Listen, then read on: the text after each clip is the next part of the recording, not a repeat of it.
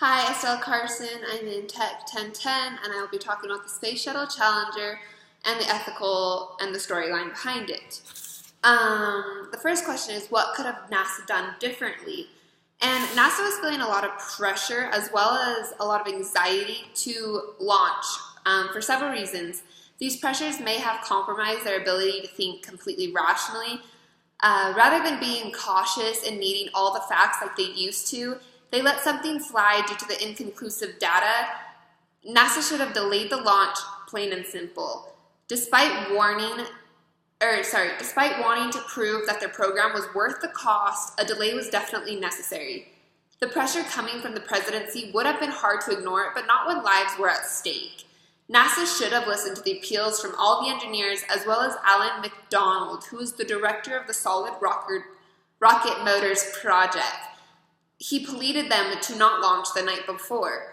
Once again, NASA decided to heed such warnings because of the inconclusive data, and they didn't take the risks of the lower temperatures and the ice seriously enough.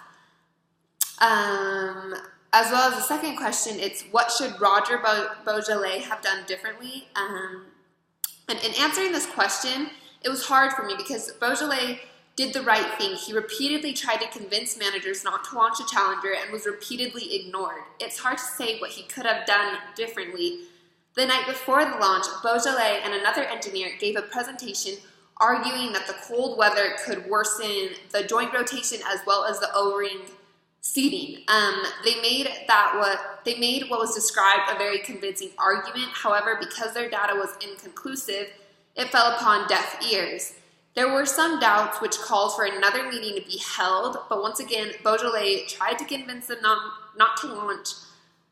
And even when the recommendation from Kilminster was made to launch, including an engineering assessment, Boisjoly refused to sign it. He did not want to be part of that at all. This is where it gets tricky and what Boisjoly should have done differently. I think he did a great job in trying to convince to delay the launch, but the decision was not up to him. I think the only other option was maybe to go behind the back of his managers and go to the upper management and let him know that the decision is not a safe decision. But he was talking to a person that could have stopped the launch. This likely would have risked his job and probably influenced his decision not to do so. And would have upper management even listened? Who knows? But I think it would have been worth him risking his job when he knew 7 people's lives were going to be at stake when they aboard that shuttle. Question 3. What do you see as your future engineering professional responsibilities in relation to both being loyal to management and protecting the public welfare? Public welfare, human life, most important thing to be aware of. These engineers and the managers had the responsibility to protect these 7 astronauts. In this situation, if it was at me and my age, I'd rip off like the control panel or something so they had no way to take off. But before that would even happen, I would have checklists and rules in order so that my team of engineers, if they weren't 100% sure that it is ready to take off, I, as a manager, would listen to them because that's their job. Their job is to test and make sure everything is good to go, especially if their people's lives were at stake.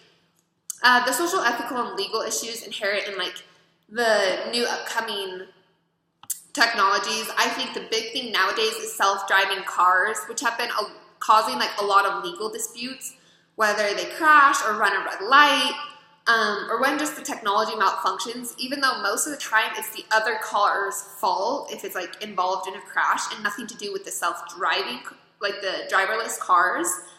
But with these issues, through a few of the companies such as Uber that were going forward with the self-driving cars, they have like completely paused the program just for the company's safety as well as humanity.